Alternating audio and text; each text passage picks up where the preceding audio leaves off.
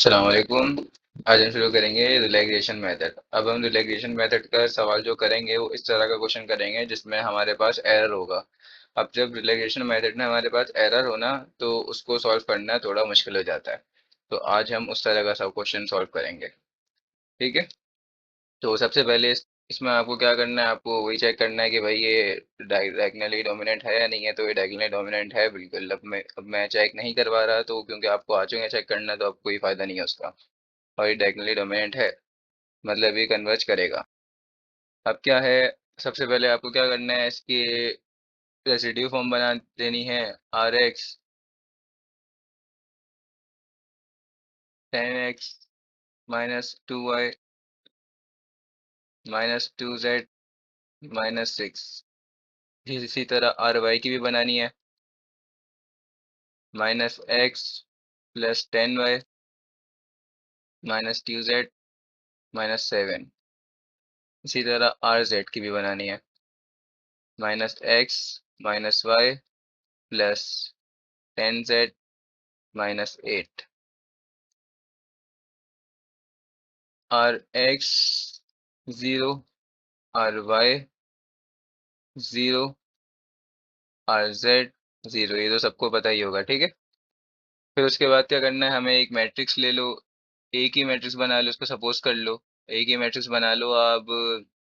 10 -2 -2 -1 -1 +10 -1 और -2 और +10। ठीक है, हमने एक मैट्रिक्स बना ली एक ही। इसी तरह फिर हम बनाते थे C1 C2 C3 बनाते थे। तो आप C1 बना लो। 10 -1 -1 C1 हो गया हमारा। इसी तरह हम C2 बनाते थे। C2 यहाँ से निकालते थे y वाली सारी वैल्यूज।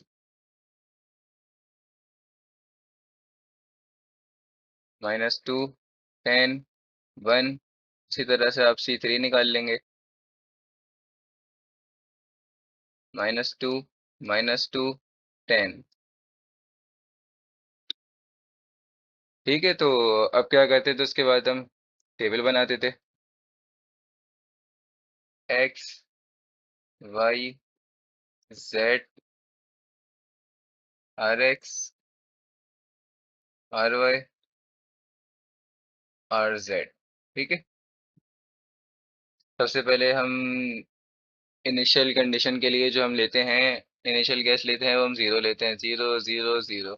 तो हमारे पास रेसिड्यू फॉर्म की जो इक्वेशंस आई हुई थी, जो मैंने तीन बनाई हैं, ये तीन। तो इसमें आप क्या करोगे, फर्स्ट इक्वेशन में x0 y0 और z0 पुट करो तो आपके पास आंसर आएगा यहाँ पे -6 -7 -8। ठीक है। अब देखो इसमें आपके पास सबसे बड़ा कौन सा नंबर आया, आपके पास आर जेड में आया है -8। ठीक है। तो -8 आपके पास यहाँ पे आर जेड में आ रहा है। इसका मतलब आप यहाँ पे लगाओगे C3 के साथ। ठीक है। तो इसको माइनस कराओगे आप C3 के साथ। तो चलो भाई ठीक है। अब हम इस तरह से देखो करवाते रहेंगे। अगर नॉर्मल क्वेश्चन नहीं होता जैसे हमने पहले सॉल्व किया था, इस तरह से अगर करोगे करोगे तो आप आगे जाके खुद ही फंस जाओगे, क्योंकि आपके पास यहाँ पे जो एग्जैक्ट वैल्यू होती है ना, आप उससे दूर जा रहे होगे। ठीक है। यहाँ पे जो हमारे पास फॉर एग्जाम्पल आ रहा है, ये बार बार आप एग्जैक्ट वैल्यू से दूर दूर जाए जा रहे होगे। ठीक है। एग्जाम्पल दे रहा हूँ ये तो मैं। तो अगर आप करना चाहते हो तो पुराने वाले मेथड से कर लेना, लेकिन आप फंस जाओगे, नहीं कर पाओगे। तो फिर इसको किस तरह सॉल्व करते हैं जब एरर होता है। मैंने बता दिया ना इस क्वेश्चन में एरर है। तो एरर है इस क्वेश्चन में। ठीक है। वरना आप खुद से सॉल्व करना चाहते हो तो कर लो, कोई मसला नहीं है।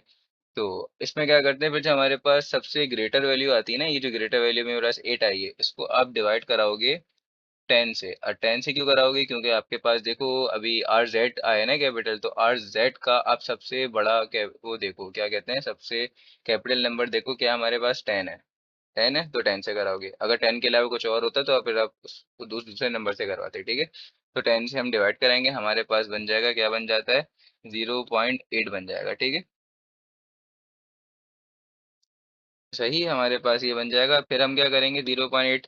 ठीक है। अब हम यहाँ पे बेसिस वेक्टर लिखते हैं। जो भी हमारे पास स्टैंडर्ड बेसिस वेक्टर होते हैं, हमारे पास किस पे आ रहा है, आर जेड पे आ रहा है। तो मतलब हमारे यहाँ पे लगेगा E3। तो वो था 0 0 1। ठीक है। अच्छा, स्केलर मल्टीप्लिकेशन की थी ना, ये याद है ना। अब क्या करेंगे, हम 0.8 को मल्टीप्लाई कराएंगे। ठीक है, अब किससे मल्टीप्लाई करेंगे, स्केलर मल्टीप्लिकेशन का मैंने आपको क्वेश्चन कराया था लास्ट, तो उसमें आपको दरअसल याद होगा। अब ये याद रखना 0.8 आया है, ठीक है। तो अब हाँ, माइनस करते थे हम, कैसे माइनस करते थे, एक आर बना देते अलग से, और -6, नहीं सॉरी, -6 नहीं, ये प्लस प्लस में ही लिखते थे वाले नंबर्स तो हम। ठीक है, देखना, 6, 7, 8, और इसको माइनस करते थे हम, किसके साथ माइनस करते थे, हाँ, माइनस करते थे E3 क्या है ना हमारे पास, तो E3 मतलब क्या है हमारे पास, C3, तो C3 से -2 और 10। लेकिन यहाँ पे हमें यूज करना पड़ेगा स्केलर मल्टीप्लिकेशन, तो हमें क्या करूंगा, मैंने 0.8 जो निकाला था, 0.8 भी इसके साथ मल्टीप्लाई सबके साथ करवा के फिर मैं करूंगा क्या कहते हैं, उसको माइनस करूंगा जो भी मेरे पास आंसर आएगा। सही। तो अगर आप ऐसे करते हो, 6 - 0.8 मल्टीप्लाई बाय -2, ठीक है, तो इसका आंसर आता है आपके पास 7.6। ठीक है।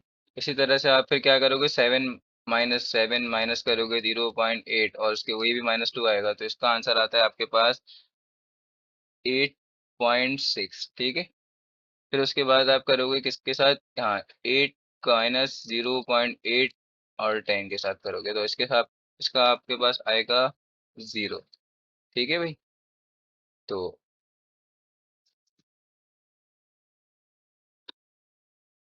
अब यहाँ पे जो मैंने वन लिया है, ये वन नहीं याद आया, स्केलर मल्टीप्लिकेशन में हमने अगर 0.8 को उससे करवाया ना मल्टीप्लाई, इसके साथ करवाया C3 के साथ, तो जो हमारे पास स्केलर वेक्टर, वो हमारे पास इस बेसिस वेक्टर होते थे बराबर में, हम उससे भी करवाते थे, तो ये वन मल्टीप्लाई बाय किससे, 0.8 से कराएंगे, तो ये बन जाएगा 0.8। सही। आ गया यहाँ तक समझ में, ठीक है। अब देखो, अब इसमें हमारे पास ग्रेटर वैल्यू कौन सी आई है, 8.6 वाली आई है। ठीक है, तो भाई अब 8.6 वाली को आप देखो, अब RY में आ रही है, ठीक है।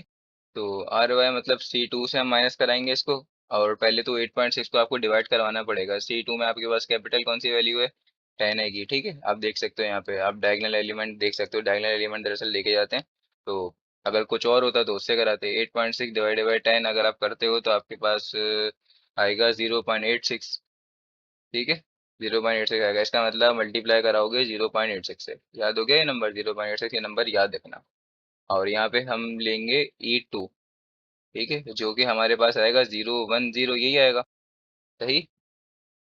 अब क्या आएगा, R का बनाएंगे अलग से हम, और यहाँ पे लिखेंगे जो हमारे पास रिसेंट रेजिड्यू के आंसर आते हैं, मतलब रिसेंट हमारे पास RX RY RZ के आंसर आते हैं, उससे करवाएंगे। ठीक है, माइनस, और क्या था, 0.86 भी आएगा। याद आ गया ना, स्केलर मल्टीप्लिकेशन की तरह से। अब अब क्या करेंगे यहाँ पर, नेक्स्ट। अच्छा, ठीक है, तो RY में आया था ना, तो C2 -2 10 1।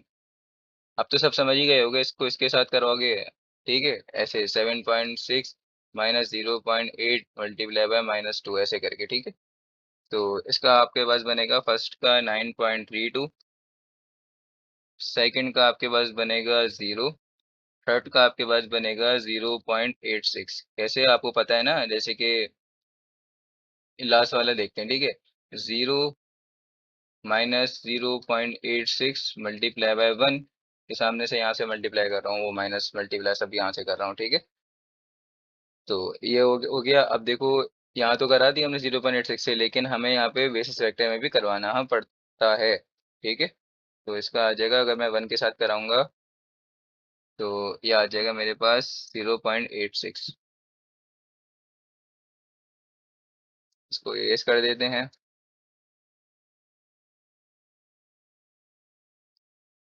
अब कौन सा सबसे बड़ी वैल्यू हमारे पास आई है, RX की आई है। ठीक है भाई, तो इसका मतलब E1 से कराना पड़ेगा अब मुझे।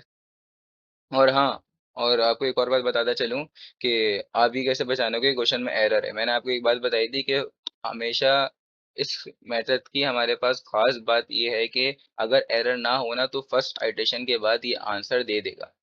तो फर्स्ट आइटेशन हमारे E1 E2 E3 की जो भी फर्स्ट आइटेशन होगी, इसके बाद ये आंसर दे देगा। ठीक है, तो एरर ना हो तो मैं तो सॉल्व कर चुका हूँ, आप सॉल्व करना चाहते हो तो कर लो, लेकिन ये उसके बाद आपको 0 0 0 वैल्यू नहीं देगा, यहाँ पर 0 0 0 इस तरह की वैल्यू नहीं देगा आपको ये। ठीक है। और स्केलर मल्टीप्लिकेशन यूज करके करना पड़ेगी आपको एडिशन, याद आया, क्योंकि उससे फास्ट होती है। वरना फिर आप एक दफ़ा लगा लो, बोलो ये तो अभी भी नहीं हुआ, फिर आप दूसरी दफ़ा पहुंच जाओ, बोलो एरर है, ऐसा नहीं होता। ठीक है।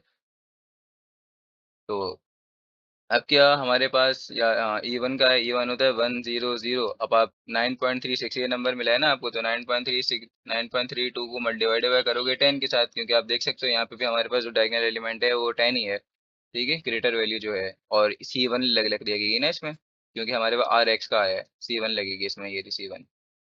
ठीक है। तो अब 0.96 अच्छा डिवाइड करोगे अगर आप 9.32 को 10 से, तो आपके पास आंसर आएगा 0.932। सही। तो आर का बनाओ अलग से आप। तो सबसे पहले तो रिसेंट जो आपके पास RX RY RZ की वैल्यू आई है ये लिखो।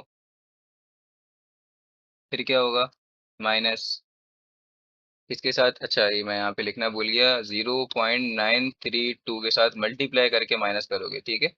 और किससे करोगे, C1 से, ये C1 है ना, इस C1 से। तो 10 - 1 1, वो -1। ठीक है। इन सबको आप सॉल्व कर दोगे तो आपके पास आंसर आ जाएगा E1 का 0, और यहाँ पे आएगा 0.932, यहाँ पे आएगा 1.792। सही। और अब आपने यहाँ पे भी अगर मल्टीप्लाई कराया तो आपको बेसिस वेक्टर में भी यहाँ पे 1 से मल्टीप्लाई कराना पड़ेगा।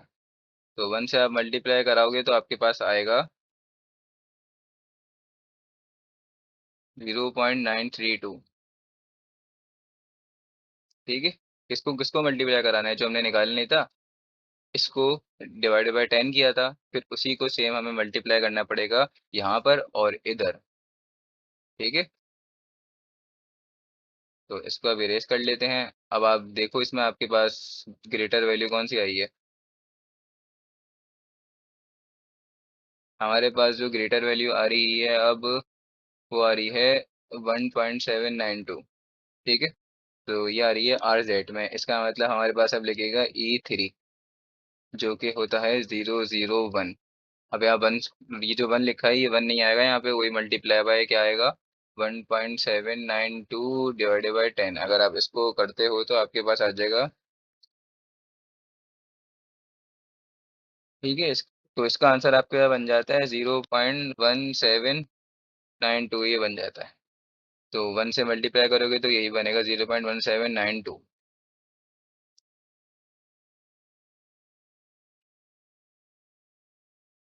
अब इसी तरह से आपको पता है आर हम बनाते हैं जो भी, अभी मुझे बारह बताने की ज़रूरत तो नहीं है। तो रीसेंट वैल्यूज़ का RX RY RZ की रीसेंट वैल्यू 0.932, 1.792। ठीक है। अब आप समझ ही गए होंगे, तो अब कोई ज़रूरत नहीं है बताने की। और 0.1792 से मल्टीप्लाई करवा के हम यहाँ पे करवाएंगे इसको। और कौन से वाले में हमारे पास RZ का है, इसका मतलब C3 से कराएंगे, -2 और 10। ठीक है। -2 और 10, अब इस तरह से इसको माइनस कर दोगे, अभी तो सबको आता ही होगा माइनस करना। और इसका आंसर आपके पास बनेगा 0.3584। और इसके बाद 1.2904 इसका आया। उसके बाद लास्ट वाले का आया 0। अब ग्रेटर वैल्यू कौन सी आ रही है आपके पास, RY की आ रही है। फिर से आप लोगे, कौन सा लोगे, E2 लोगे, जो कि होता है 0 1 0 होता है। अब 1.2904 को डिवाइड बाय 10 करोगे। ठीक है।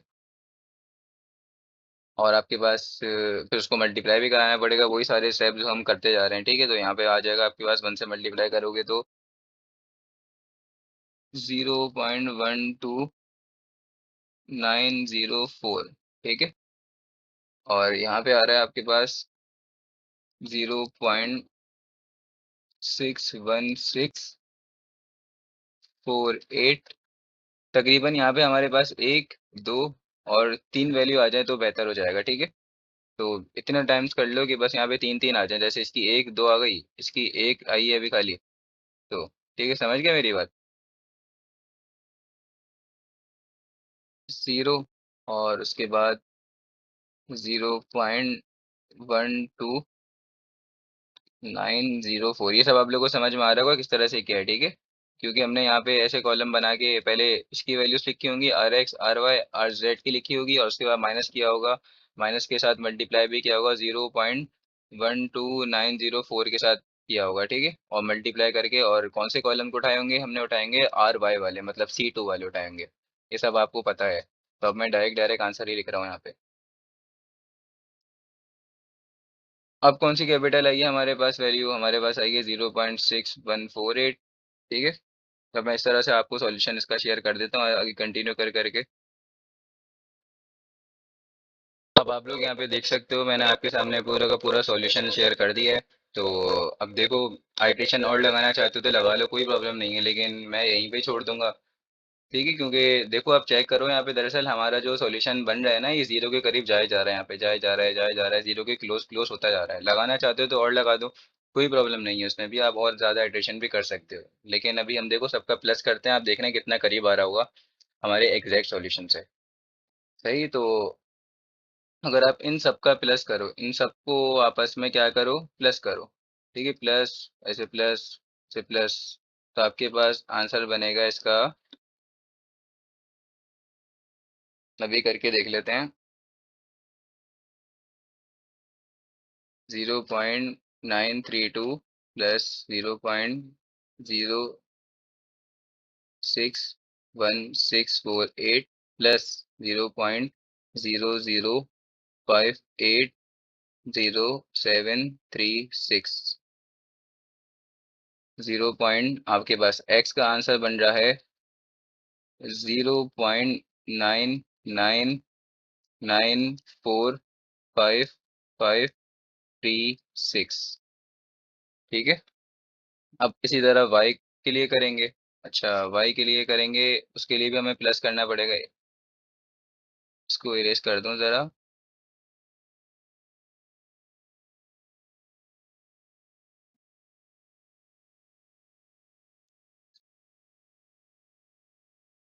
अच्छा, उसके लिए भी हमें क्या करना पड़ेगा, सबको प्लस करना पड़ेगा, इसको प्लस, इसको प्लस, इसको प्लस, सबको प्लस, ठीक है। तो उसका आंसर हमारे पास बन रहा है वाई का, अगर मैं सबको प्लस कर दूं, 0.99936768, ठीक है। इसी तरह से अब आप देखो 3 डेसिमल प्लेस तक मैच कर रहा है। और जेड का आंसर अगर आप निकालते हो इसी तरह से तो हो जाएगा 0 जेड का आंसर कैसे, इसको प्लस, इसको प्लस, इसको प्लस,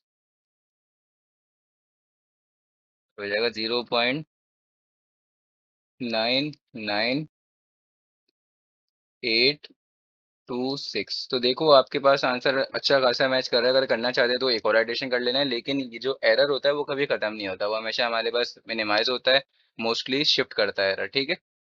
तो आपके पास देख सकते हो ये वैल्यू हमारे पास अप्रोक्सीमेटली इक्वल्स किसके, अप्रोक्सीमेटली इक्वल्स ये है कि 1 के, ये भी 1 के है, ये भी 1 के है, ठीक है। तो यहाँ तक हमारा ये क्वेश्चन सॉल्व हो गया है, हमारा जो आंसर था हमें वो आंसर मिल गया। अगर हम और एडिशन लगाएं तो ये करीब जाता रहेगा 1 के, लेकिन एग्जैक्टली 1 के नहीं बनेगा। सही, और देख लो हमारे पास 3 डेसिमल प्लेसेस तक मैच कर भी गया, बस ये लास्ट जेड वाला यहाँ पे 9 नहीं आ रहा, तो आप एक और एडिशन लगाओगे फौरन के फौरन आपको मिल जाएगा।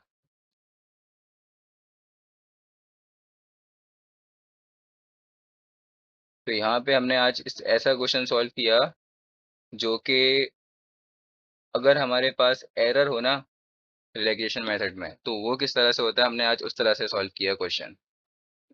इसको किस तरह से सॉल्व करते हैं, हमने कल एक बात बोली थी ना, if error occurred then relaxation method hard, तो हमने आज वो करके दिखा दिया।